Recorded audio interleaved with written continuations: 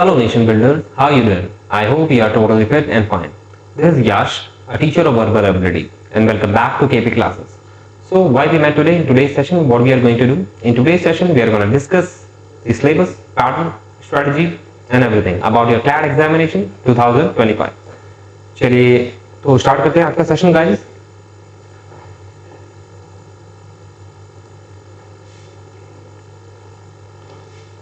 तो आज के सेशन में what we are going to discuss, give me a moment first. आज के सेशन में we are going to discuss particularly for a CLAT examinations, exhaustive syllabus, a complete syllabus, an exact pattern, a meticulous strategy and a methodical weightage.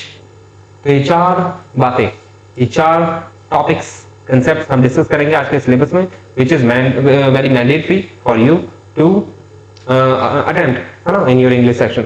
As you know कि आपका जो CLAT examination होता है उसमें आपके 5 sections होते हैं, जिसमें से I am gonna let you know each and everything for your English section only. बाकी के जितने भी रेस्पेक्टिव सब्जेक्ट्स हैं उसके बारे में आपको रेस्पेक्टिव टीचर्स ही बताएंगे, है ना. तो आज के सेशन में जो भी हम डिस्कस करने वाले हैं वो केवल इंग्लिश सेक्शन के बारे में डिस्कस करने वाले हैं as I am faculty of English, है ना. चलिए गाइस आगे बढ़ते हैं. As you can see our faculty team, faculty members, so who are going to be responsible for you from your beginning to the end of this journey, है ना. तो ये है Prabhat sir, Sindhi ma'am, Manish sir, Lokesh sir and this is I. चलिए guys आगे बढ़ते हैं. तो जैसा कि हम आ रहे हैं, है ना, आपके लिए एक योद्धा बैच में, है ना, जो आपको मात्र 6,999 रुपीज का पड़ेगा, है ना, जिसमें आपको ये सभी एक्सपीरियंस फैकल्टी, है ना, वेल वर्स्ड फैकल्टी मिलेंगी आपको, जो इस जर्नी में from the beginning to the end में आपको हेल्प करेंगे हर एक कंसेप्ट में, है ना. और तो एक्सपीरियंस फैकल्टी के साथ साथ आपको कुछ जो मटेरियल है which is very important for you to as this examination, वो सभी आपको इसी प्राइस में योद्धा बैच में केपी क्लासेस के थ्रू प्रोवाइड किया जाएगा. ठीक है गाइस, तो आगे बढ़ते हैं. देखिए सबसे पहले हम बात करेंगे वेटेज की.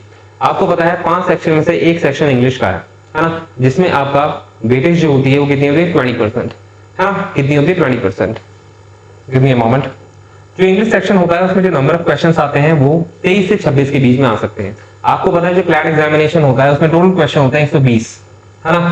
हर एक क्वेश्चन 1 मार्क का होता है और जो आपकी नेगेटिव मार्किंग होती है 0.25 की होती है. I hope you must be aware of that, है ना, because you are going to appear in this examination. और मैं केवल इन 120 क्वेश्चन में से उन क्वेश्चन की बात करने वाला हूं जो आपके इंग्लिश के हैं, जो इंग्लिश सेक्शन है जो आपका एग्जाम में आने वाला है. इन 5 सब्जेक्ट में से केवल इंग्लिश सेक्शन. तो इंग्लिश सेक्शन की जो इंपॉर्टेंस है वो क्यों इंपॉर्टेंस है इतनी, क्योंकि इसमें जो इसकी वेटेज होती है 20% होती है. आप सोच सकते हो कि you can avoid, you can work, you can askew this section, है ना. किसी ना किसी यूनिवर्सिटी के अंदर तो आपको एडमिशन मिल ही जाएगा. But if you are a serious candidate, if you are a sober candidate, you can not avoid this section. Why?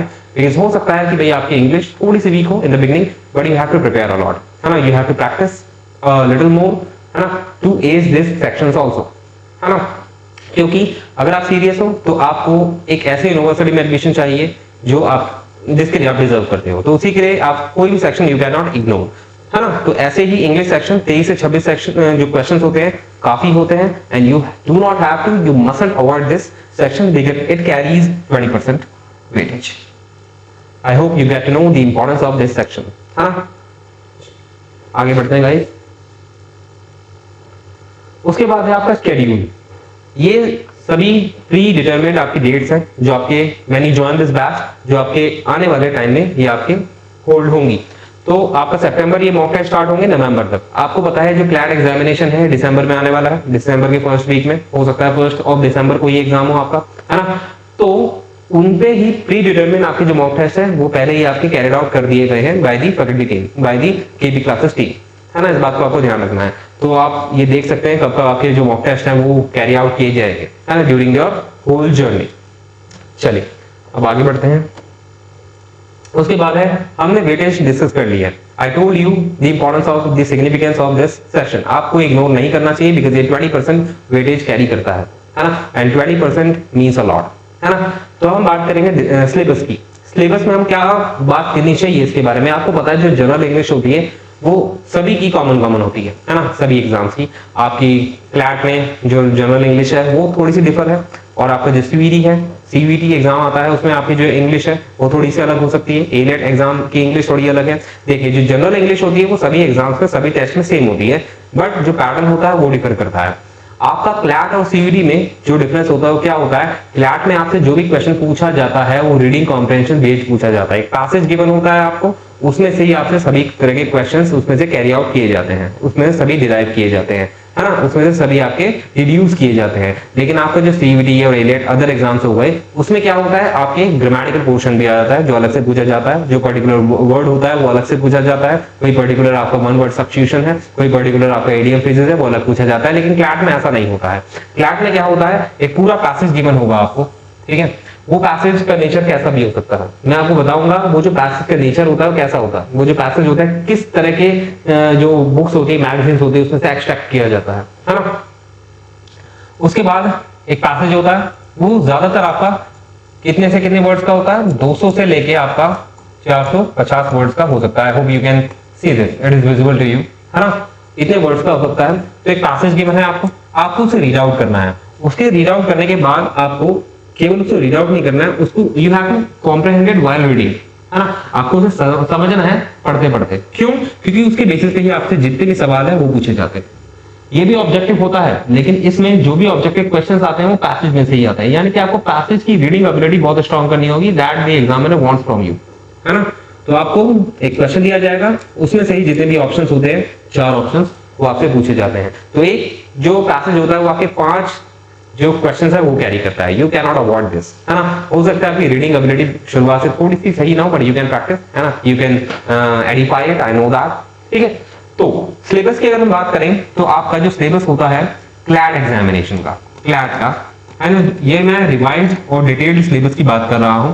वो आपका टेस्ट करता है प्रोफिशिएंसी रीडिंग कॉम्प्रिहेंशन की। जो रीडिंग कॉम्प्रिहेंशन होता है ना, जो रीडिंग कॉम्प्रिहेंशन होता है 2 वर्ड से बना होता है। आर का मतलब रीडिंग मतलब पढ़ना, और जो कॉम्प्रिहेंशन होता है, कॉम्प्रिहेंशन का मतलब होता है समझना। ये एक वर्ब से बना है, that means to comprehend, to fathom, to understand.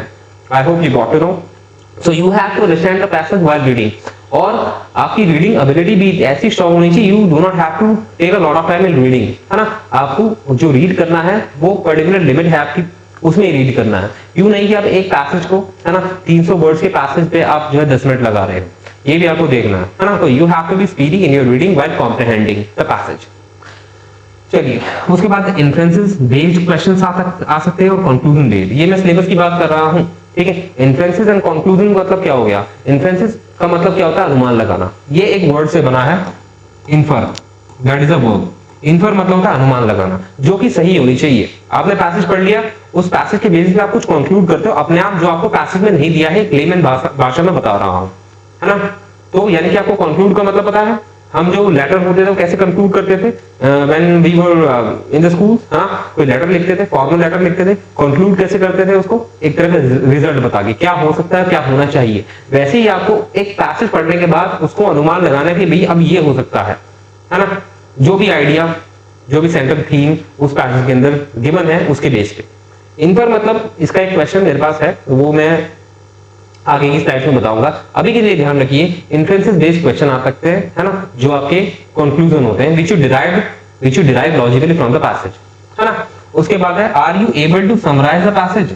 क्या आप पूरे पैसेज को पढ़ने के बाद समराइज कर सकते हो उसको? I hope you got to know the thing which I wanted to let you know. उसके बाद है आपका आर्ग्यूमेंट्स एंड व्यू पॉइंट्स। आपको जो पैसेज होता है वो रैंडम नहीं दिया होता है, कोई ना कोई ऑथर ने वो बनाया होता है ना। तो जो भी ऑथर उसको उस पैसेज को क्रिएट कर रहा है, वो अपना ओपिनियन डालेगा, अपनी आर्गुमेंट्स डालेगा, है ना, अपनी पर्सुएसिव स्टेटमेंट्स डालेगा, है ना, अपना व्यू पॉइंट्स डालेगा। क्या आप उसको समझ पा रहे हो? क्या उस पैसेज का नेचर आप समझ पा रहे हो कि क्या पैसेज आपको क्या कन्वे करना चाहता है? अगर ये कर पा रहे हो तो आपका काम बन जाएगा इस एग्जाम में, है ना। Are you able to detect the thinking of the passage, the ideology of the author? इस बात को आपको ध्यान रखना है। उसके बाद है meaning of various words in the passage. अब आपका जो पैसेज होगा ना, वो ऐसे शब्दों से नहीं बना होगा which have been using since your childhood, है ना, जैसे केयरफुल हो गया, है ना, मतलब एग्जांपल दे रहा हूं, मतलब जरूरी नहीं है कि पैसेज के अंदर जितने वर्ड्स आते हैं वो ऐसे हों, कॉमन ऐसे वर्ड्स हों जो आप बचपन से यूज करते आ रहे हो, आपको पता ही होंगे। पैसेज में कुछ ऐसे वर्ड्स भी हो सकते हैं, लाइक फॉरेन वर्ड्स भी हो सकते हैं जो आपको पहले से ना पता हो। तो यानी कि आपसे कभी कभार जो एग्जामिनर होता है वो पैसेज में जितने भी वर्ड्स गिवन होते हैं उसका डायरेक्टली आपका सिनोनिम या एंटोनिम या होमोनिम पूछ सकता है या एनालॉजी पूछ सकता है। ठीक है, तो मैंने आपको बताया था जो सीवीटी और बाकी एग्जाम्स है उसमें जो वर्ड्स पूछे जाते हैं वो डायरेक्टली पूछ लिया जाता है कि इस वर्ड का सिनोनिम बता दो या इस वर्ड का मोस्ट अपोजिट वर्ड बता दो from the rest of the options. लेकिन आपको जो क्लैट होता है उसमें ऐसा नहीं होता है। आपके जो क्लैट एग्जामिनेशन होता है उसमें जो पैसेज होगा उसी में कोई अगर ऐसा वर्ड होगा जो एग्जामिनर को लगता है कि आप इसमें जो कैंडिडेट है कंफ्यूज हो सकता है, तो वो पूछ लेगा कि tell me the most opposite word given the passage, है ना। I hope you got to know the point. Clear हो गया? तो सिंपली सी बात है, सिलेबस ये है इसका। अगर लेमन शब्दों में बोलूं कि एक पैसेज होगा, उस पैसेज से ही जितने भी क्वेश्चन बन सकते हैं वही आपसे आपका जो एग्जामिनर है वो पूछना चाहेगा। चलिए आगे बढ़ते हैं, बहुत ही सिंपल बात थी। I hope you got to know. उसके बाद हम एग्जैक्ट पैटर्न की बात करेंगे, एक ऐसा पैटर्न जो आपका केवल क्लैट में आता है और एग्जाम की बात नहीं कर रहा हूं। सभी की इंग्लिश कॉमन जनरल इंग्लिश होती है, सेम होती है, लेकिन पैटर्न सबके डिफर करते हैं। आपका सीवीटी का अलग है, एनेट का अलग है, कैट का अलग है, जीमैट का अलग है और आपका क्लैट का अलग है। तो केवल मैं क्लैट के पैटर्न की बात करने वाला हूं। तो इसमें रिवाइज्ड पैटर्न की बात कर रहा हूं। इसमें जो पैसेज होगा, सबसे पहले तो इस बात को ध्यान रखना है कि एक पैसेज नहीं आएगा। आपको जो पैसेज है वो 4 से लेकर 6 हो सकते हैं, 4 से लेकर 6 पैसेज हो सकते हैं और एक पैसेज होगा वो 5 क्वेश्चंस कैरी करेगा, है ना। तो ये समझने की जरूरत नहीं है, इतना बड़ा पैसेज पढ़ोगे आप, इतना बड़ा पैसेज पढ़ोगे तो केवल एक ही क्वेश्चन आपको करना होगा। पैसेज पढ़ने के बाद एटलीस्ट 5 क्वेश्चंस उसी पैसेज में से आएंगे जो आपको आंसर करने होंगे। इस बात को आपको ध्यान रखना है, ठीक है। और कितने पैसेज हो सकते हैं? 4 से लेकर 6 हो सकते हैं, यानी कि आपका 30 क्वेश्चंस बन सकते हैं इंग्लिश सेक्शन में। 30 क्वेश्चंस इंग्लिश सेक्शन में बन सकते हैं। You have to understand this thing. उसके बाद है आपका ये जो पैसेज होते हैं, एक पैसेज जो हो सकता है वो 450 वर्ड का होगा, जरूरी नहीं है, अप्रॉक्स, ठीक है। इससे पीछे भी हो सकते हैं। 200 से 450 वर्ड्स का एक पैसेजेस आ सकते हैं आपको। कभी कभार शॉर्ट स्टोरीज भी आती है, इस बात को आपको ध्यान रखना है। और जो पैसेज का नेचर होगा, है ना, वो कैसा होगा? कंटेम्प्रेरी, ठीक है, जो अभी चल रहा है, करंट अफेयर्स बेस्ड पैसेज आ सकता है। हिस्टोरिकली सिग्निफिकेंट फिक्शनल हो सकता है, मतलब कोई भी हिस्टोरिकल इवेंट्स होगा, पॉपुलर हिस्टोरिकल इवेंट होगा, उससे आपसे पूछ लिया जाएगा कोई भी पैसेज, है ना, उसमें से एक्सट्रैक्ट कर लिया जाएगा। नैरेटिव हो सकता है, डिस्क्रिप्टिव हो सकता है और नॉन फिक्शनल हो सकता है। नॉन फिक्शनल का मतलब क्या हो गया? विच इज फैक्चुअल, है ना। तो इस तरह के आपसे पैसेज पूछे जा सकते हैं और जितने भी ये आपके पैसेज होते हैं ये सारे आपके 12th स्टैंडर्ड लेवल के होते हैं, है ना, ना ही ज्यादा इजी ना ही ज्यादा tough. I hope you got to know the point. तो लेवल जो होता है पैसेज का ठीक होता है, you are able to comprehend the passage, you are able to infer the passage, but you have to practice, just practice, है ना, अ लिटिल मोर प्रैक्टिस। ये जितने भी आपके पैसेज होते हैं कुछ ऐसे टॉपिक से आ सकते हैं जो भी सराउंडिंग में आपका चल रहा हो, लाइक आपका कोविड-19 के टाइम पे कोविड आया था, कोविड वैक्सीन डिप्लोमेसी के ऊपर आया था, है ना। एक बार आपका हिस्टोरिकल इवेंट से भी मैंने देखा था, वाटर माफिया के ऊपर आया था लास्ट ईयर, है ना। तो ऐसे कंसेप्ट निकाल, ऐसे जो इसके एक्सट्रैक्शन होते हैं, ऐसे होते हैं जो आपका हाल फिलहाल में हो रहे हों, चल रहे हों। कोई पॉपुलर आपका इवेंट हो गया, हिस्टोरिकल इवेंट, उससे पूछ लिया, है ना, किसी की फिलॉसफी के ऊपर पूछ लिया। तो इस तरह के आपके पैसेज आ सकते हैं।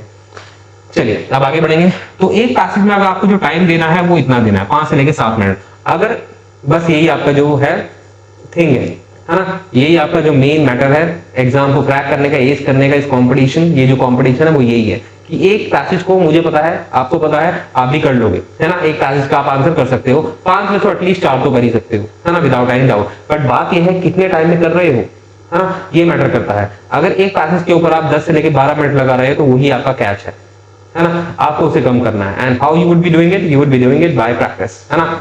जितने ज्यादा प्रैक्टिस आप कर सको, एक दिन में 2 पैसेज करते हो, एक सुबह और एक शाम, काम चल जाएगा, है ना। तो I hope you got to know. तो यही आपका मेन मुद्दा है ना। एक पैसेज पे आपको 5 से लेकर 7 मिनट से ज्यादा नहीं देने हैं। चलिए, और ये कुछ एक्स्ट्रा बातें हैं हमारे लिए कि आपको क्या क्या करना है पैसेज को समझने के लिए। पहले बात तो आपको समझना है, उसके बाद उसको पहले आपको पढ़ना है, उसके बाद आपको कॉम्प्रिहेंड करना है। कॉम्प्रिहेंड क्या करना है आपको? Main point. क्या आप पैसेज पढ़ने के बाद उसका सेंट्रल आइडिया बता सकते हो कि मेन टॉपिक, मेन पॉइंट है क्या जिसमें पैसेज की बात हो रही है? ऊपर भी, इंट्रोडक्शन में भी, कंक्लूजन में भी और बॉडी में भी क्या मेन टॉपिक है, क्या मेन पॉइंट है उस पैसेज के अंदर, है ना।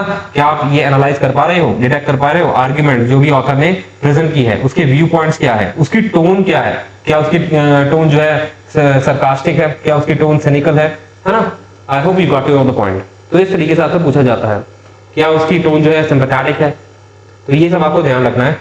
क्या आप उससे कंक्लूड कर पा रहे हो इन्फ्रेंस, क्या इन्फ्रेंस निकाल पा रहे हो कि भाई इन्फ्रेंस का मतलब क्या हो गया कि अगर आपको पैसेज दे रखा है कि ए बड़ा है बी से और बी बड़ा है सी से, ये आपको पैसेज में दे रखा है, तो फाइनली क्या आप कंक्लूड कर पा रहे हो कि ए फाइनली बड़ा हो गया आपका सी से, है ना। तो ये है आपका इन्फ्रेंस लॉजिकली, और ये ट्रू होना चाहिए। क्या are you able to detect it, reduce it logically from the passage. I hope you got to know the point. Clear हो गया। उसके बाद है कंक्लूजन, कंक्लूड कर पा रहे हो पैसेज को।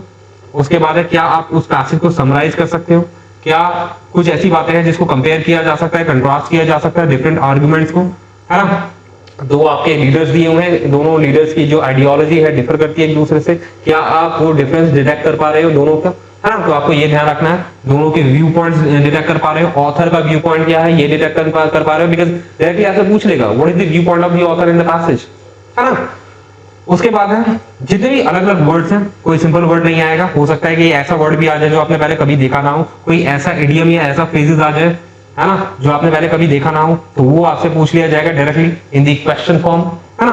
तो ये आप सब बातें आपको ध्यान रखनी है। तो ये है पर्टिकुलर पैटर्न आपका क्लैट का। अब थोड़ा सा आगे बढ़ जाते हैं। अब आपका हाँ देखो, ये है क्रेडिट एनालिसिस 2020 से लेकर 2024 में जितने भी आपके पैसेजेस आए हैं क्लैट एग्जामिनेशन, उनका नेचर क्या है और किस टॉपिक से आए हैं वो आपको सब दिया हुआ है। आप इसको क्या कर सकते हैं, पॉज करके एक बार देख सकते हो, ठीक है। मैं करूंगा तो सेशन बहुत लेंथी हो जाएगा, बट जितने भी आपके हैं फैमिलियर टॉपिक है जो भी आप देखोगे, लाइक आपका इंटरनेट से आया है, वाटर माफिया मैंने आपको बताया था इससे आया है, कोविड-19 से आया है ना। कब आया था, 2021 में आया था। तो यानी करंट अफेयर्स बेस्ड भी आपके पैसेज आ जाते हैं।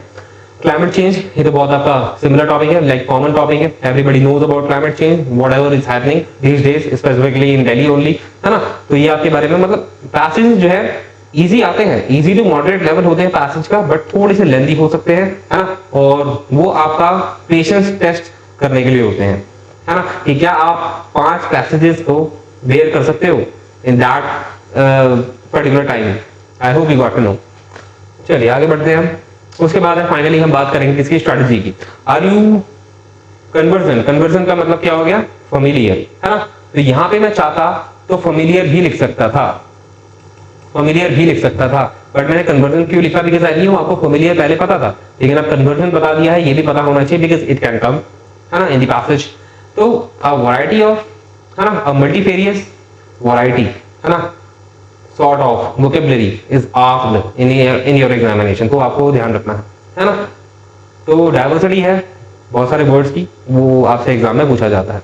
तो देखो ये एक छोटा सा पैसेज है, ये मैंने आपको स्ट्रेटजी बताने के लिए आपके सामने प्रेजेंट किया है। अब इसमें आपको करना क्या है, एक छोटा सा पैसेज है, ऐसा पैसेज नहीं आएगा तुम्हारे क्लैट में, लेकिन बस ये समझाने के लिए है, आज का सेशन कंक्लूड करने के लिए विद स्ट्रेटजी एंड ऑल, है ना, so that you are able to detect what I want to tell you, है ना, what I want to let you know, है ना, what kind of strategy you have to make, what kind of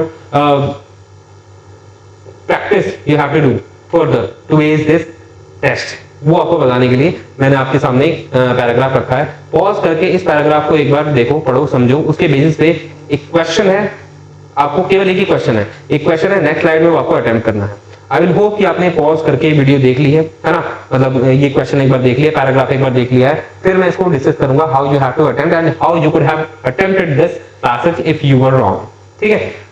चलिए I hope आपने ये pause करके एक बार question attempt किया है। अब इसके बारे में मैं पढ़ूंगा, समझूंगा, उसके बाद आपको समझाऊंगा, then I will be telling you the question exact answer इसका है क्या। ये जो क्वेश्चन है ये इन्फ्रेंस बेस्ड है, मैंने आपको बताया था इन्फ्रेंस बेस्ड आपका क्वेश्चन आता है ना। Sometimes it can be tricky, sometimes it can be prolix for you, but it is important to be attempted. Why? Because it comes in the examination, है ना।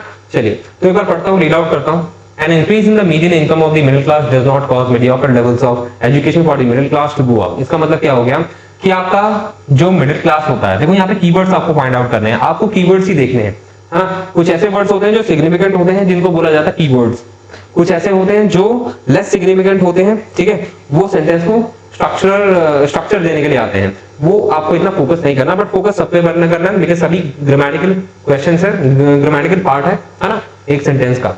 तो बोल रहा है कि जो मिडिल क्लास फैमिली होती है उसकी जो मीडियन इनकम होती है ना, एवरेज इनकम होती है, मॉडरेट इनकम होती है, अगर वो इंक्रीज होती है तो डज नॉट, देखो यहाँ पे मेन पॉइंट है, डज नॉट व्हाट कॉज, ये आपको ध्यान रखना है ना। डज नॉट कॉज, वो कॉज नहीं करती है उनका जो मीडियोकर लेवल्स ऑफ एजुकेशन है for the middle class to go up. इसका मतलब क्या हो गया, सिंपल सी अगर मैं इक्वेशन इसका बनाऊं, आपकी जो मिडिल क्लास फैमिली है, ठीक है, उसकी अगर इनकम बढ़ेगी तो उससे कोई मतलब नहीं है किसका, उनकी किसका, एजुकेशन का, है ना, एजुकेशन का। मतलब मिडिल क्लास की बात की गई है। ऐसा देखा गया है कि अगर मिडिल क्लास जो आपकी फैमिली होती है उनकी इनकम बढ़ेगी, है ना, इंक्रीज होगी, तो उनकी जो एजुकेशन है जरूरी नहीं है कि वो भी बढ़ेगी उनके साथ। अगर ऐसा होता, इफ दे डिड, अगर ऐसा होता तो क्या होता, countries with the highest income, जो कंट्रीज होती है हाईएस्ट इनकम के साथ, ठीक है, मिडिल क्लास फैमिली की बात कर रहा हूं, would also have the highest level of education। अगर ऐसा होता, अगर इनकम बढ़ने से एजुकेशन भी बढ़ती, तो वो कंट्रीज जिसकी जो इनकम है वो हाईएस्ट होती, तो उनका जो लेवल होता है एजुकेशन का वो भी हाईएस्ट होता। तो फाइनली कंक्लूड किया गया, in fact when the median income of the middle class is precisely comparable for disparate countries, मतलब जब कंपेयर किया गया, लेमन भाषा में, सिंपल भाषा में बोल रहा हूं, जब अलग अलग कंट्रीज की medium income, median income, average income, middle class family की बात कर रहा हूं, वो कंपेयर की गई। पेरिटसली का मतलब क्या हो गया, एप्रोप्रिएटली, है ना, कंपेयर की गई डिस्पैरेट कंट्रीज की, डिफरेंट कंट्रीज की, तो कोई फाइनली ऐसा रिलेशन नहीं मिला। जब अलग अलग कंट्रीज की इन्फ्लेशन को अकाउंट में लाया गया, है ना, उनकी करेंसी फ्लक्चुएशन को कंसिडर किया गया और परचेजिंग पावर पैरिटी, पीपीपी, है ना, इसको ध्यान में रख के कंक्लूजन निकाला गया, तो फाइनली क्या आया, कोई रिलेशन नहीं आया। मतलब कि फाइनली मींस पूरे पैराग्राफ को करके आपको क्या निकालना था, इन्फरेंस निकालना था, what finally you inferred from the passage, from the given passage, है ना। तो फाइनली क्या निकलता है, ये इक्वेशन बिल्कुल सही रहती है फ्रॉम द पैसेज कि जो मिडिल क्लास फैमिली होती है उनकी इनकम में बढ़ने से उनकी एवरेज लेवल ऑफ एजुकेशन होता है वो भी बढ़ता नहीं है, ना ही कम होता है, यानी कि कोई रिलेशन नहीं है, जरूरी नहीं है कि फर्क पड़े, है ना। अब इसके बेसिस पे जो क्वेश्चन था वो ये था, है ना, which of the following can be inferred from the passage। तो इन्फ्रेंस क्या है, क्या आप बता सकते हो, इसका जो आंसर होगा क्या होगा, एक बार पॉज करके एक बार देख लो, है ना। अगर आपने पैसेज को सही से समझा है तो you must be able to give me the correct answer, ठीक है। एक बार सभी को क्वेश्चंस को देखो, मतलब आंसर्स को देखो और मुझे बताओ सही आंसर क्या है, ठीक है। एक बार सभी आंसर को देखूंगा and finally I will be telling you the correct answer. पहला क्या, countries with the highest median income of the middle class do not have the highest levels of education for the middle class. इसका मतलब क्या हो गया कि जो countries होती है जिनका इनकम, है ना, जो इनकम होता है मिडिल क्लास फैमिली का, जो एवरेज इनकम होता है, अगर वो हाईएस्ट होगा, क्या होगा, हाईएस्ट होगा, तो डू नॉट लिखा हुआ है, डू नॉट, उससे जो हाईएस्ट लेवल ऑफ एजुकेशन होगा वो नहीं बढ़ेगा। क्या ये आंसर है, ये आंसर नहीं है, क्योंकि डायरेक्ट रिलेशन बता रहा है कि अगर जो मीडियन इनकम होगी, अगर वो मीडियम इनकम होगी, वो हाईएस्ट होगी, तो उनका जो एजुकेशन होगा वो क्या, ये तो बता रहा है, यानी कि रिलेशनशिप बता दिया। और हमारे पैसेज में हमने क्या कंक्लूड किया था, क्या इन्फर किया था कि इनकम और एजुकेशन में कोई भी रिलेशनशिप नहीं होता। तो इसी कारण से आपका जो पहला आंसर है ये टोटली गलत हो गया है, क्योंकि यहाँ पे इनकम और एजुकेशन के बीच में क्या बता दिया, रिलेशन बता दिया है। अगर इनकम बढ़ेगी तो उससे एजुकेशन नहीं बढ़ेगी, पर ऐसा जरूरी नहीं है, ऐसा लिखा ही नहीं है पैसेज के अंदर, which is not there in the passage, तो ये गलत हो गया है। अगर आपका ये आंसर था तो ये समझ लो कि आपका गलत हो गया। उसके बाद है, it is difficult to precisely compare the education and income levels. अब देखो यहाँ पे है डिफिकल्ट, ये कह रहा है कि भाई इट इज डिफिकल्ट, ये डिफिकल्ट होता है कंपेयर करना, क्या कंपेयर करना, एजुकेशन और income levels of country with another. मतलब एक कंट्री और दूसरी कंट्री, है ना, दोनों की जो एजुकेशन और इनकम लेवल है वो कंपेयर करना क्या होता है, डिफिकल्ट होता है। ऐसा कहाँ लिखा हुआ है पैसेज के अंदर, हमने पैसेज में ऐसा कहीं नहीं लिखा कि भाई इनका कंपेयर करना डिफिकल्ट होता है, ऐसा कहीं नहीं लिखा। यहाँ पे कंपैरिजन की बात की थी ना, देखो यहाँ पे कंपैरिजन की बात की थी, तो यहाँ पे कहाँ लिखा हुआ है कि भाई दोनों का जो इनकम होता है वो, मतलब जो, हाँ, एवरेज और एजुकेशन और इनकम जो होता है वो डिफिकल्ट होता है, ऐसा कहीं नहीं लिखा, तो ये भी गलत हो गया। तो अपनी ओपिनियन, जिसने भी आंसर किया होगा उसने अपनी ओपिनियन लगाई होगी ये देख के, है ना, कि भाई यहाँ पे इन्फ्लेशन भी देखा जाता है, करेंसी फ्लक्चुएशन भी देखा जाता है, परचेजिंग पावर पैरिटी भी देखा जाता है, तो इट मींस उसने ये सोचा होगा, अपने ओपिनियन लगाया होगा कि ये डिफिकल्ट होता है कंपेयर करना, बट ऐसा गिवन नहीं है पैसेज के अंदर। तो यानी कि आपको ओपिनियन से बचना है, अपना खुद का जो पर्सनल ओपिनियन होता है वो नहीं ऐड ऑन करना है ना। जो इन्फ्लुएंस होता है और जो ओपिनियन होता है उसमें डिफरेंस होता है, ठीक है। तो आपका जो इन्फ्लुएंस होता है, जो आपको लॉजिकली डिड्यूस करना फ्रॉम द पैसेज, और जो आपका ओपिनियन होता है वो टोटली गलत होता है, ठीक है, उसको एक दूसरे से मैच नहीं करना है, ठीक है। इन्फ्लुएंस अलग है, ओपिनियन अलग है, आपका पर्सनल ओपिनियन है ना। एक एग्जांपल के साथ अगर मैं बात करूं, सपोज करो आपने कोई मूवी देखी, आई जस्ट वॉच्ड महाराज देखी है, महाराज उसका नाम है, ओके। सो उसको वो मेरे को अच्छी लगी, बट सपोज करो मैं देख के आया, मुझे अच्छी लगी, okay, but most of the people denied it, मतलब they did not like it, ठीक है, उन्हें वो अच्छी नहीं लगी। तो मेरा जो पर्सनल ओपिनियन है वो मेरे को अच्छी लगी, तो आपका जो रेट ऑफ ओपिनियन निकलेगी, मतलब जो उसका फाइनली जो उसके रिपोर्ट्स वगैरह होते हैं, वो किस बेस पे निकलेगी, मेरे खुद के ओपिनियन पे जो मेरे को अच्छी लगी और पब्लिक के ओपिनियन पे जो उनको अच्छी नहीं लगी। फाइनली दे वुड कंक्लूड कि भाई जो मूवी है वो अच्छी नहीं, because most of the people disliked it, है ना। तो इसीलिए आपको ये ध्यान रखना है कि आपका जो ओपिनियन होता है वो सही नहीं होता है हर बार, तो अपने ओपिनियन से आपको बचना होता है when you are going to infer from the passage, है ना। तो इसलिए गलत हो गया, बिकॉज इसमें जो है कोई ऐसी बात नहीं लिखी पैसेज के अंदर, और may be you must have filled it with your own opinion, है ना। उसके बाद है आपका सी क्या कह रहा है, reduction the median income of the middle class of the country will not necessarily lower the mediocre level of education for the said class.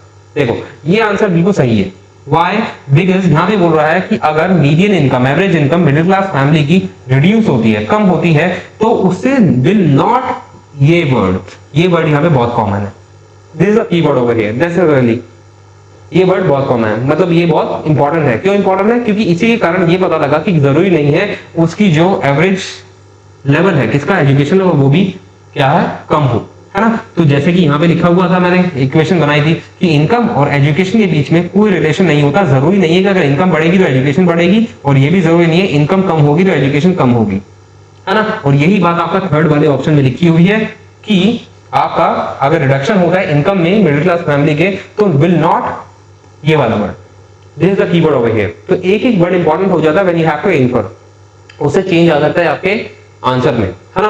तो यहाँ पे जो है इस वाले वर्ड से वी गॉट टू नो कि भाई दोनों में कोई रिलेशनशिप नहीं बताया जा रहा है, तो इसलिए ये क्या हो गया, बिल्कुल सही हो गया। तो जिस भी कैंडिडेट का ये आंसर था वो बिल्कुल करेक्ट था। एंड फोर्थ वाला क्यों गलत हो गया है? Countries with low levels of education for middle class have comparatively high levels of median, हाँ यहाँ पे भी रिलेशनशिप बता दिया, है ना, कि जो कंट्रीज होती है जिनकी लो लेवल ऑफ एजुकेशन होती है ना, क्या होती है, एजुकेशन लेवल जो होता है लो होता है ना, हैव कंपैरेटिवली हायर, उनका क्या होता है, हायर होता है व्हाट, इनकम। तो यहाँ पे जो रिलेशनशिप बता दी जैसे फर्स्ट वाले में बताया था, है ना। तो ये भी पूरा आपका गलत हो गया है, क्योंकि आपका इन दी एंड, है ना, उनके खुद का जो कंक्लूजन निकाला था उन्होंने बताया था पैसेज के अंदर कि इनके बीच में कोई रिलेशनशिप नहीं होता है, तो आपको कोई पैसेज में रिलेशनशिप नहीं मिल रहा था, और finally we got the answer third one. I hope you got to know. तो what we conclude you have to attempt the answers which are filled with inferences, है ना।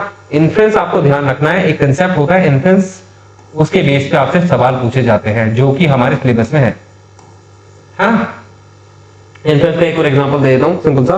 सपोज करो कि भाई you वांना go outside at night with your friends and you ask your mom, क्या मैं जाऊं रात को, है ना, दोस्तों के साथ बाहर, and your mom is silent, doesn't say anything, है ना, and you again ask your mom कि क्या मैं जाऊं अपने फ्रेंड्स के साथ रात को घूमने के लिए, your mom is still silent and she doesn't say anything. Finally, what we conclude from the behavior of your mother, that she doesn't want me to go outside at night with my friends. So this is the inference, and which is totally true, because at the end when you do not go with your friends at night, at that night you ask your mom, why did not you answer, है ना, why did you answer कि भाई मेरे को जाना चाहिए नहीं जाना चाहिए, then she said I did not want you to go.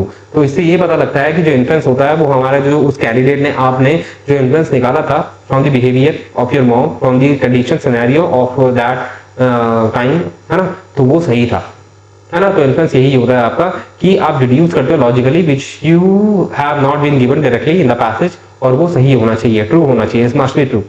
I hope you got to know what inference is. तो inference के बेस पे बहुत सारे क्वेश्चंस आपको करने पड़ेंगे if you lack somewhere in these types of questions, है ना, because जो भी आता है वो आपके comprehension, reading comprehension task में से ही आता है।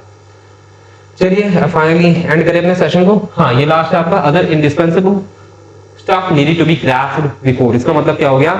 इसका मतलब ये हो गया, ऐसा नहीं होता है कि आपको क्लैड एग्जामिनेशन में केवल रीडिंग कॉम्प्रहेंशन क्लासेस आते हैं तो केवल उनको डायरेक्टली आप पूछ जाओ, है ना। अगर आपको यही नहीं पता है कि एक सेंटेंस को बनाया कैसे जाता है, एक सेंटेंस के अंदर सब्जेक्ट क्या होता है, वर्ब क्या होता है, ऑब्जेक्ट क्या होता है, then you should not directly jump to the passage, है ना। तो जब भी आप कोई बैच ज्वाइन करते हो, ठीक है, कोई भी करते हो, योद्धा बैच करते हो, कोई भी और बैच करते हो, तो वहां पे आपको डायरेक्टली पैसेज नहीं करवाए जाएंगे, आपको शुरुआत किया जाएगा बिगिनिंग से, because you have sufficient time from your June, है ना, जून जुलाई से आपके पास सफिशिएंट टाइम है अप टू योर दिसंबर, है ना।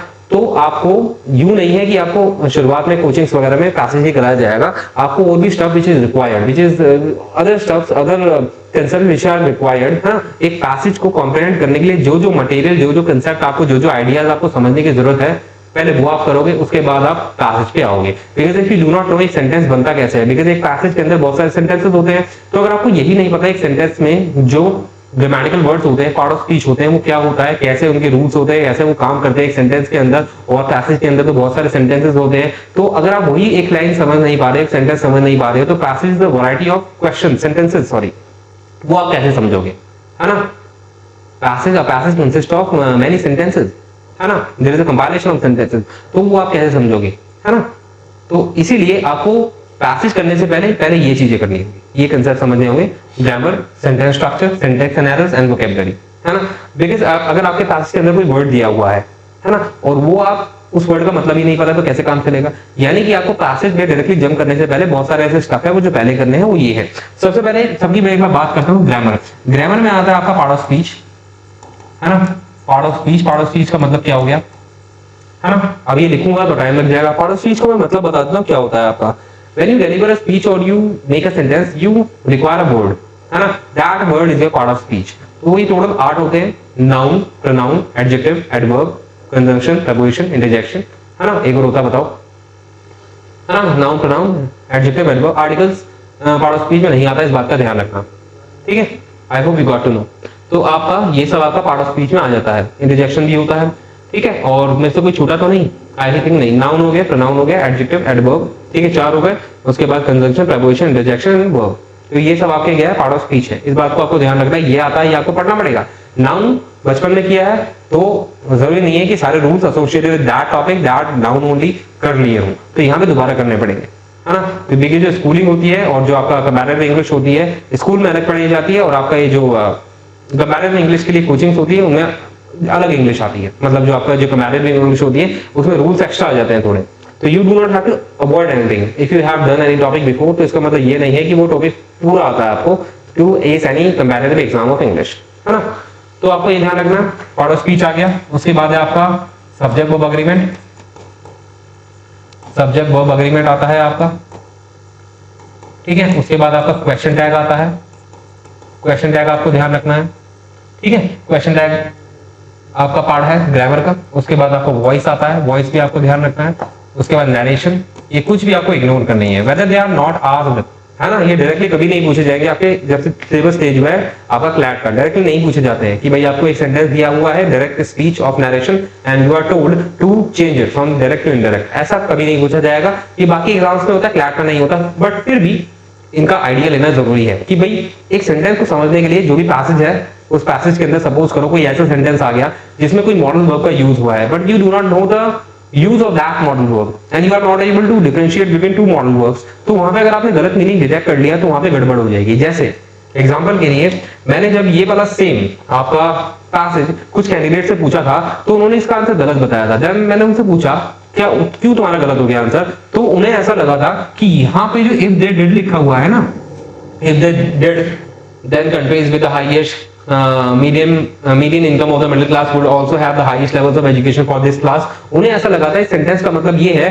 कि उन्होंने ऐसा किया कि जब उन्होंने कंपेयर किया कंट्रीज की, डिफरेंट कंट्रीज की जो हाईएस्ट मीडियन एजुकेशन होती है ना, जो मीडियन इनकम होती है, उन्होंने कंपेयर किया, उनको ऐसा लगा कि जो इनकम है अगर वो बढ़ेगी मिडिल क्लास की तो उनका जो लेवल ऑफ एजुकेशन होगा वो भी बढ़ा। उनको ऐसा लगा, ऐसा किया कंट्रीज ने, हाँ, और ऐसा हुआ भी, बट एक्चुअली में इफ दे डिड का मतलब अनरियल कंडीशन है। अगर ऐसा होता, इसका मतलब क्या, अगर ऐसा होता, उन्होंने किया नहीं ऐसा, है ना। उन्होंने, हमारा तो फाइनली क्या कंक्लूजन निकला था, हमारा फाइनली ये कंक्लूजन निकला था कि आपका जो इनकम होता है और एजुकेशन होता है वो इक्वल नहीं है, उनके बीच में कोई रिलेशनशिप नहीं है, लेकिन उन्होंने इसका अपोजिट समझ दिया ड्यू टू दिस लाइन, इसलिए उनका आंसर गलत हो गया। उन्होंने ऐसा सोचा कि ये एक रियल कंडीशन है, इफ दे डिड, उन्होंने ऐसा किया, उनको ऐसा लगा ये एक रियल कंडीशन है, बट ये रियल नहीं है, ये क्या है, अनरियल है। और ये मुझे कैसे पता लगा? Because I know the rule associated with that phrase, कि अगर इफ के साथ क्या लिखूं, इफ के साथ अगर आपका वर्ब की सेकंड फॉर्म आ जाती है और फाइनली आगे जाके दूसरे क्लॉज के अंदर वुड आ जाता है, तो ये एक अनरियल पास्ट बन जाता है, जो कि हुआ ही नहीं है। अनरियल कंडीशन को शो करता है ये वाला रूल। तो जिनको ये रूल पता था उन्होंने तो सही आंसर दे दिया, लेकिन जिनको ये रूल नहीं पता था उनको ऐसा लगा कि यहाँ पे एक ऐसे कंडीशन की बात की जा रही है जो एक्चुअली में हुआ है, कि जो आपका इनकम है मिडिल क्लास फैमिली की वो बड़ी, तो उनका जो एजुकेशन है वो भी बड़ा। पर एक्चुअली में ऐसा हुआ नहीं था, बिकॉज ये सेंटेंस आपको अनरियल कंडीशन शो कर रहा है जो हुआ नहीं। ये बता रहा अगर ऐसा होता, बट ऐसा हुआ नहीं, तो इसलिए ग्रामर जरूरी हो जाती है। I hope you got to know with a instance, है ना, विद एन इंस्टेंस मैंने आपको जो बताया। उसके बाद I hope you got to know, तो ग्रामर में आपको ये सब पढ़ना है, ठीक है। उसके बाद है सेंटेंस स्ट्रक्चर। सेंटेंस स्ट्रक्चर कुछ नहीं है, आपको एक सेंटेंस का नेचर पता होना चाहिए, है ना, जैसे पॉजिटिव सेंटेंस, है ना, affirmative sentence, imperative sentence, optative sentence. बस ये समझना है कि एक सेंटेंस कैसे बनता है। जैसे सिंपल सा एग्जांपल आपको बताऊं, आपको ये तो पता ही है कि एक पॉजिटिव सेंटेंस कैसे बनता है, जो पॉजिटिव होता है, जिसमें कोई नेगेटिव वर्ड नहीं होता, like never, neither, nor, not, वो पॉजिटिव सेंटेंस होता है। तो जो नेगेटिव सेंटेंस होता है उसमें ये सारे वर्ड आ जाते हैं। कुछ ऐसे भी सेंटेंसेस होते हैं जो इनसे हटके होते हैं, और उनका रूल आपको पता रहना चाहिए कैसे बनते हैं। लाइक आपका एक सेंटेंस होता है जिसमें आपको ब्लेसिंग दी जाती है या कर्ज दिया जाता है, जिसमें हम किसका यूज करते हैं, मॉडल वर्ब का यूज करते हैं, दैट इज मे, है ना, दैट इज मे। मे जैसे मे गॉड ब्लेस यू, है ना, ब्लेसिंग दूंगा किसी को तो ऐसे बोलूंगा मे गॉड ब्लेस यू, तो वहां पे हमेशा मे ही यूज होगा, ये मेरे को पता रहना चाहिए। And how it becomes N operative sentence, तो ये जो रूल होता है ये पता रहना चाहिए कि मे के बाद आपका वर्ब की फर्स्ट फॉर्म आती है मे गॉड ब्लेस यू, है ना। तो अगर ये रूल मेरे को पता है, ये सेंटेंस मेरे को पता है, देन सही है। अदरवाइज मैं थोड़ी गलती कर सकता हूँ, है ना। मैं ये कर सकता हूँ कि वर्ब की जो फॉर्म है वो चेंज कर दूं, if I do not no.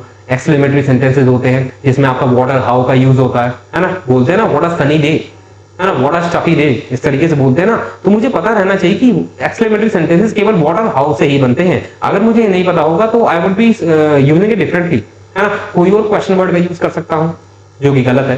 तो ये सब स्टफ आपको पता रहना चाहिए, बिकॉज ये बेशक आप अपनी डेली लाइफ में यूज ना करते हो, केवल कंपैरेटिव इंग्लिश आप जो है इसके लिए पढ़ रहे हैं एग्जाम क्रैक करने के लिए, फिर भी इनका नॉलेज होना जरूरी है ना, because it is used every time, है ना। क्लियर हो गया? तो सेंटेंस के स्ट्रक्चर आपको पता होना चाहिए। मैंने ये नोटिस किया है जब अपने पूरे करियर में मैंने जब भी डेमो क्लास वगैरह लेता था, तो मुझे पता था कि बच्चों को ये तो पता है कि जो सब्जेक्ट होता है वो क्या होता है, डूअर, एक्टर, करता धरता, उन्हें वर्ब भी पता होती है, वर्ब क्या होती है, लेकिन बहुत सारे बच्चों को ये नहीं पता होता कि ऑब्जेक्ट क्या होता है ना।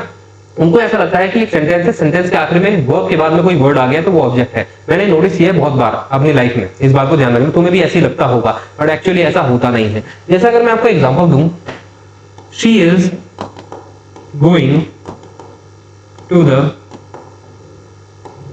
द क्या लिखूं, पिक्चर्स। यहाँ पे पिक्चर्स का मतलब हो गया सिनेमा, है ना। अब यहाँ पे अगर मैं किसी कैंडिडेट से पूछता हूँ कि बताओ यहाँ पे ऑब्जेक्ट क्या है, वो बोलेगा यहाँ पे पिक्चर्स। यहाँ पे पिक्चर्स का मतलब मूवीज नहीं है, पिक्चर्स का मतलब सिनेमा है, इस बात को ध्यान रखना। सिनेमा की बात कर रहा हूँ, उसे ऐसा लगेगा कि ये ऑब्जेक्ट है, बट एक्चुअली में ये ऑब्जेक्ट नहीं है। आपका जो ऑब्जेक्ट होता है वो आपका वर्ब का आंसर करता है, वो हाँ मानता हूँ वर्ब के बाद आता है, लेकिन वो ऑब्जेक्ट वर्ब के बाद तभी कहलाता है एज एन ऑब्जेक्ट जब वो वर्ब का आंसर करेगा। किस फॉर्म में, व्हाट के फॉर्म में या whom के फॉर्म में। अगर कोई ऑब्जेक्ट है, ठीक है, वर्ब के बाद अगर वो व्हाट का आंसर कर रहा है या whom का आंसर कर रहा है, तभी वो क्या कहलाएगा, आपका ऑब्जेक्ट कहलाएगा, अदरवाइज वो ऑब्जेक्ट नहीं है। जैसे सिंपल सा एग्जांपल बताता हूं, I am eating a pizza, I am eating a pizza. तो यहाँ पे क्या लगता है आपको, जो पिज्जा है वो ऑब्जेक्ट है, क्योंकि यहाँ पे ईटिंग का आंसर कर रहा है आई एम ईटिंग व्हाट, तो इसलिए यहाँ पे क्या हो गया, ऑब्जेक्ट हो गया। ठीक है, एक और example, she talks to me. तो वहां पे क्या लगता है आपको, जो टॉक के बाद मी आ रहा है वो ऑब्जेक्ट है, बिल्कुल है, क्योंकि किसका आंसर कर रहा है, whom का आंसर कर रहा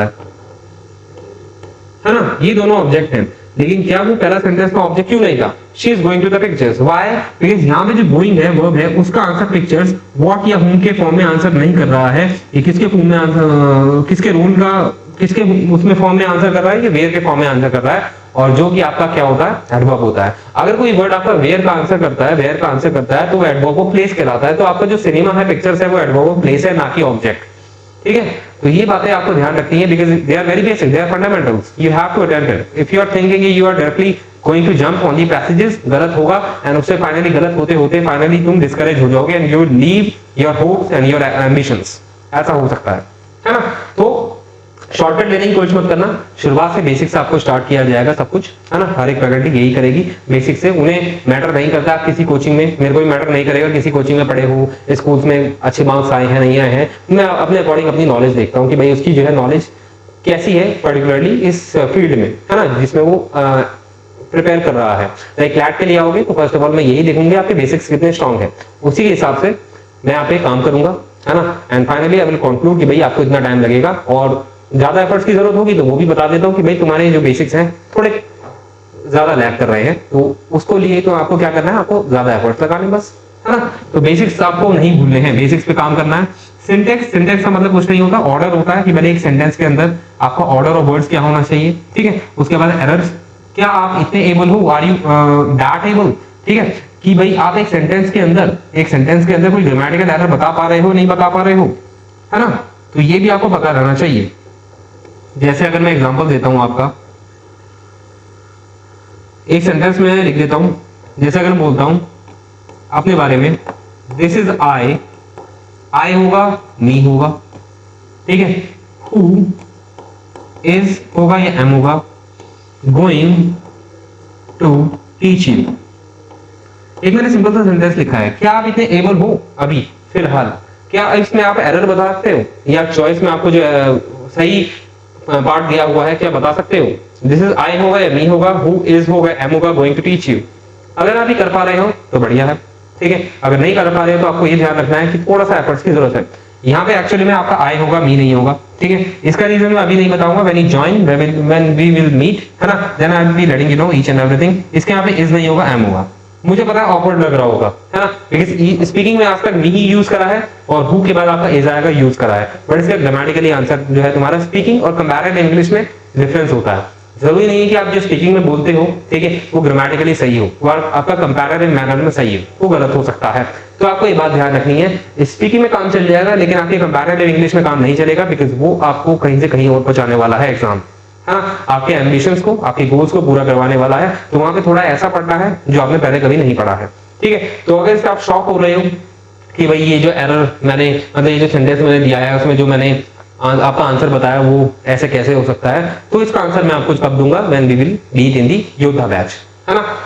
तो एरर्स हो गया।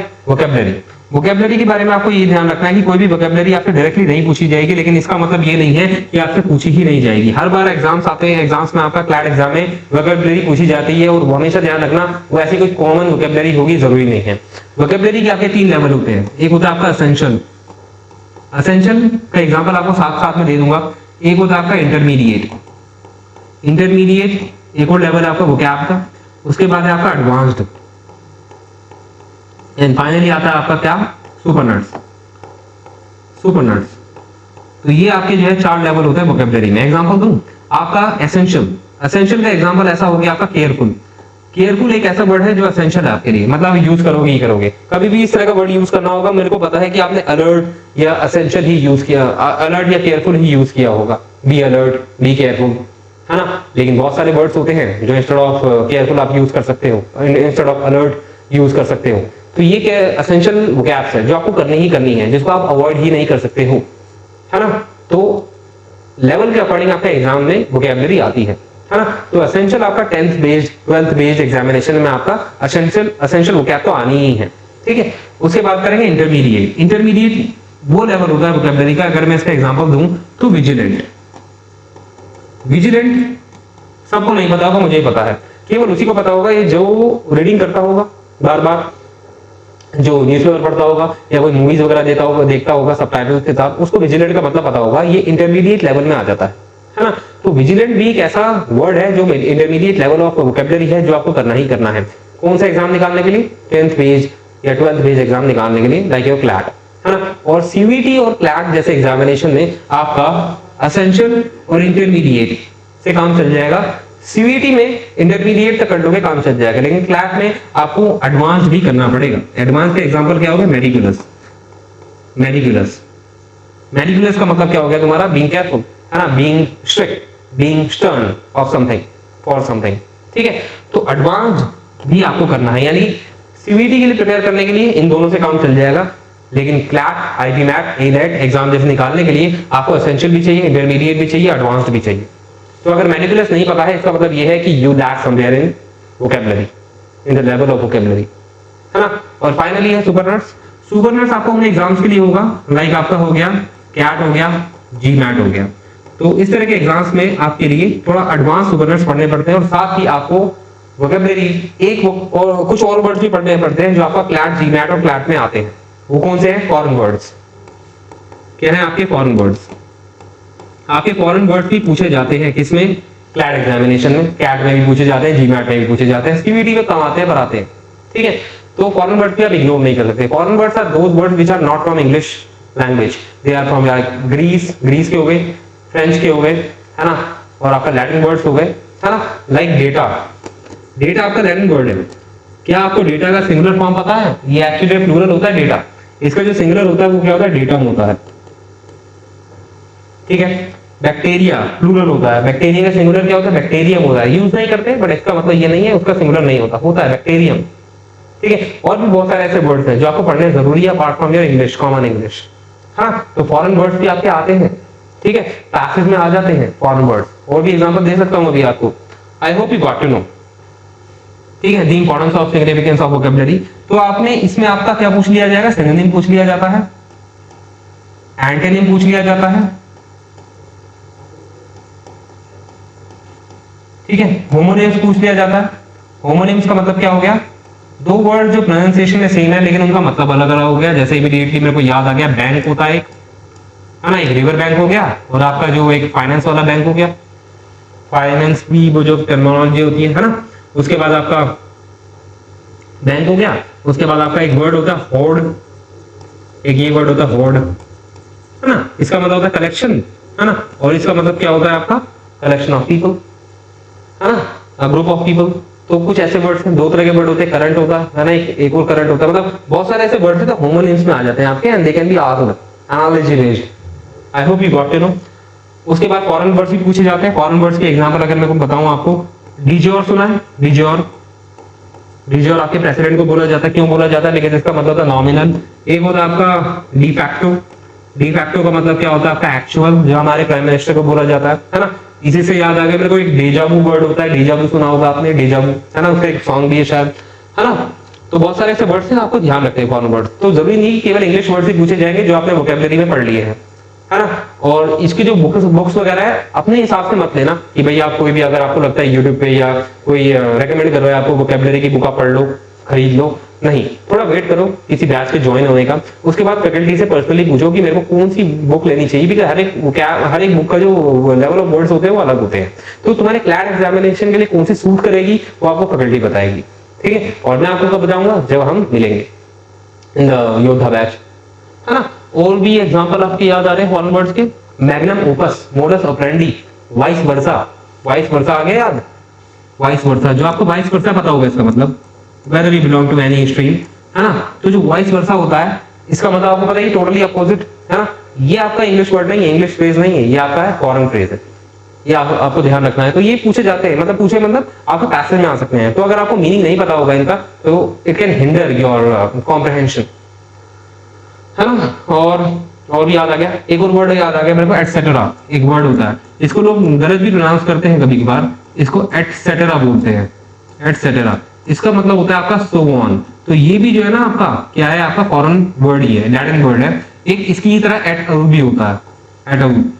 तो ये भी आपका क्या है? फॉरेन वर्ड है, ठीक है।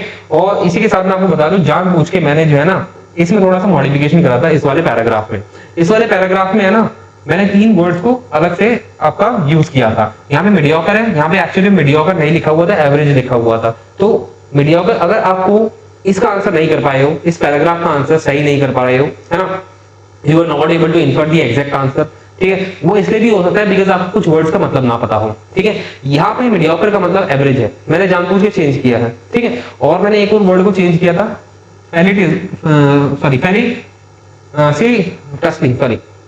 फेलिसिटसली। इसका मतलब क्या हो गया? एप्रोप्रिएटली। इसका मतलब होता है एप्टली। फेलिटिसस, सॉरी क्या हो रहा है मेरे को, फेलिटिसस से बना ये वर्ड फेलिसिटस, सॉरी फेलिसिटस से बना एक वर्ड, इसका मतलब है ऐप। ऐप का मतलब क्या हो गया? एप्रोप्रिएट, है ना, सूटेबल। तो ये वर्ड भी मैंने अपनी तरफ से ऐड किया था, ठीक है। तो यानी कि अगर आप इसका आंसर नहीं कर पाए तो बिकॉज ऑफ दैट वर्ड, तो इसका मतलब ये है कि आपको वर्ड में वोकैब्स पे काम करना है। एंड फाइनली डिस्पैरेट, यहाँ पे पता क्या लिखा हुआ था? डिफरेंट लिखा हुआ था, ठीक है। तो may be some of the candidates must have got confused because of that word disparate, है ना, डिस्पैरेट, है ना। तो यहाँ पे जो डिस्पैरेट वर्ड है इसका मतलब होता है डिफरेंट, लेकिन मैंने डिफरेंट को हटा के डिस्पैरेट जानबूझ के डाला था because I just wanted to let you know कि भाई द इंपॉर्टेंस ऑफ वोकैबुलरी कितनी होती है। I hope you got it all. 3 words, mediocre, felicitous और आपका डिस्पैरेट, ये 3 वर्ड्स मैंने जानबूझ के डाले थे टू मेक यू अंडरस्टैंड कि भाई वोकैबुलरी की आपकी रिक्वायरमेंट कितनी है इस एग्जाम में। तो इसी के साथ मेरा जो एक्सप्लेनेशन है वो कंप्लीट हो गया है। मैंने आपको रोल ऑफ इंग्लिश सेक्शन, है ना, syllabus pattern, importance, significance, everything बता दिया है ना। एंड स्ट्रैटेजी फाइनली बताऊं, स्ट्रैटेजी कुछ नहीं होती, सबकी अपनी अपनी अलग अलग स्ट्रैटेजी होती है। इफ यू आर थिंकिंग कि मैं कोई आपको ऐसी स्ट्रैटेजी बता दूंगा जो आपको इस एग्जाम को एज करने में, क्रैक करने में मदद कर देगी, मतलब इतना मदद कर देगी कि आप बिना पढ़े बस हो जाओगे, सिलेक्शन मिल जाएगा आपको, ऐसा नहीं होता है। देखो सबकी अपनी अपनी स्ट्रैटेजी होती है, ये सब बोलने की बात है, टॉपर्स की बात है कि भाई स्ट्रैटेजी आपने बना ली है, इसको फॉलो करो। सबकी अपनी अपनी स्ट्रैटेजी होती है, सबका अपना स्केड्यूल और टाइम टेबल हो सकता है कि मैं आपको एक ऐसा टाइम टेबल बताऊं जो आपको सूट ना करे एंड यू फेल, मतलब fail in the sense of making the time table, है ना। आपका जो शेड्यूल है, दिन का रूटीन है, वो अलग होगा, मैं अपने हिसाब से बताऊंगा। तो अपने हिसाब से खुद ही मतलब इतने डेवलप हो चुका है तुम्हारा माइंड के, अपना टाइम टेबल खुद बना सकते हो, है ना। स्ट्रैटेजी वगैरह कुछ नहीं होती है, बस यही होता है कि आपको किसी पर्टिकुलर सब्जेक्ट को कैसे पढ़ना है, वही आपकी स्ट्रैटेजी होती है ना, वही फैकल्टी का काम होता है। बाकी time table, schedule and routine आपको खुद बनाना है। बस हमारा काम ये होता है कि आपको सही से गाइड करना है कि भाई ये क्वेश्चन ऐसे अटेम्प्ट होता है तो इसको ऐसे करोगे तो कम टाइम में आपको एग्जाम पर आंसर उसका मिल जाएगा। ये आपका, इसमें आपको फैकल्टी मदद कर सकती है in your coaching institutes and nothing else. तो इसी के साथ I think I conclude, I inform in the passage, sorry in the passage, not in the class, in the session, कि आपका जो सेशन है फ्रूटफुली, सक्सेसफुली कंक्लूड किया जाता है। And I hope you liked today's session. तो I hope आपको syllabus, pattern, everything के बारे में पता लगा about your CLAT examination and you how you have to face, how you have to think, how you have to develop your data skills which require in this examination, है ना। तो इसी के साथ हम अब विदा देते हैं आपसे। अब हम मिलेंगे कब? जल्दी, योद्धा बैच में। Till then what you have to do, you have to take care of yourself, your family and be motivated all time, be encouraged and serve the nation, serve your elders, serve your parents and do whatever you want to do in your life and achieve your goals as soon as possible. चलिए bye bye, मिलते हैं हम Yoddha batch में जल्दी। Take care. KP Classes, dedicated to excellence.